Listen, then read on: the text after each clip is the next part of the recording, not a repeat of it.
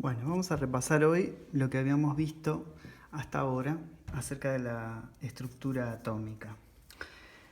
Habíamos visto ya que los átomos están integrados por un núcleo, una región central, donde podemos encontrar dos tipos de partículas.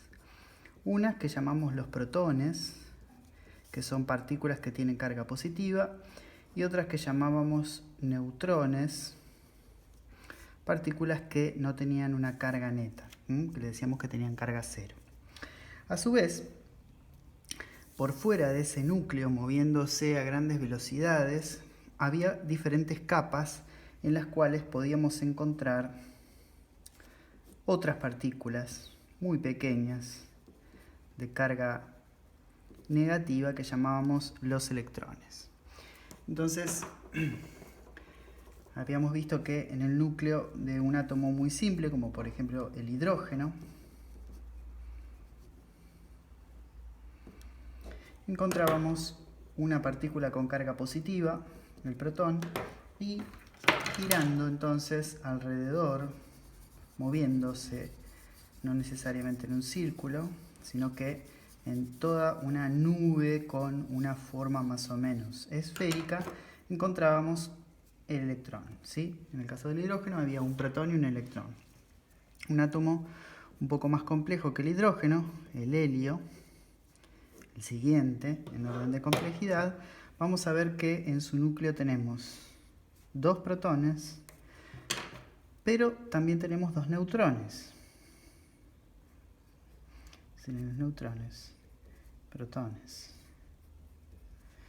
Y girando, moviéndose alrededor de ese núcleo, en una región más o menos esférica, vamos a encontrar en el helio dos electrones. Si vamos al siguiente átomo en orden de complejidad, que es el litio, vamos a ver que en el núcleo encontramos tres protones, encontramos también tres neutrones y vamos a encontrar en una primera capa esférica dos electrones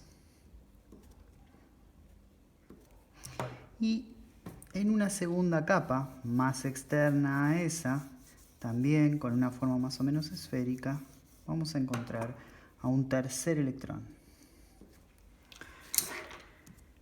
Habíamos visto que para caracterizar a los átomos se utilizaba un número que llamábamos el número atómico. Este número, que se simbolizaba con la letra Z, corresponde con el número de protones que hay en el núcleo del átomo. Entonces, Z para el hidrógeno va a ser 1, para el helio va a ser 2, para el litio va a ser 3, y para cada uno de los elementos de la tabla periódica vamos a tener un Z diferente. El número atómico estaba indicado acá en la tabla periódica y es el número que se va a ir utilizando para clasificar todos los elementos en la tabla, ¿sí? Otro número importante que caracteriza a los átomos es el número que llamábamos de masa. Este número está simbolizado con la letra A y es igual a el número de protones, o sea, Z, el número de protones, más el número de neutrones que haya en ese átomo, ¿sí? Entonces, para el caso del hidrógeno, ¿cómo lo vamos a calcular? A es igual a el número de protones, en este caso tenemos 1, más el número de neutrones, que en este caso no hay. Así que Z para este caso es 1. Para el hidrógeno es 1. Para el caso del helio, tenemos 2 protones y tenemos 2 neutrones. Entonces, va a ser igual a 4.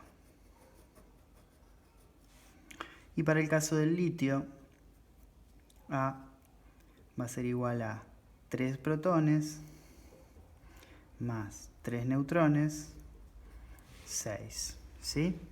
Entonces habíamos visto que podíamos indicar todas estas características para cada átomo marcando de esta manera. Si yo pongo el símbolo del átomo, el número A aquí arriba y el número Z abajo. ¿Sí? Para el caso del helio, A, Z, estos son 2, y para el caso del litio, A, Z. Esta relación que hay entre A y Z nos permite a nosotros calcular el número de protones, el número de neutrones, si yo solamente conozco la masa y el número atómico, porque entonces tenemos esta relación que habíamos visto. ¿Sí? Ahora, considerando las cargas eléctricas, habíamos visto también que los átomos, así como figuraban en la tabla periódica, eran neutros, es decir, que no tenían una carga eléctrica neta. ¿Y por qué no tenían una carga neta si tenían partículas cargadas? Bueno, esto era porque siempre había la misma cantidad de protones que de neutrones, de electrones, perdón. Siempre la misma cantidad de protones que de electrones, o sea, siempre la misma cantidad de cargas positivas que de cargas negativas, y por lo tanto la carga neta total iba a ser 0. En este caso tenemos un protón, pero tenemos un electrón, ¿sí? Una positiva, una negativa, en total 0. En este caso tenemos 2 protones y también tenemos 2 electrones, la carga neta es 0.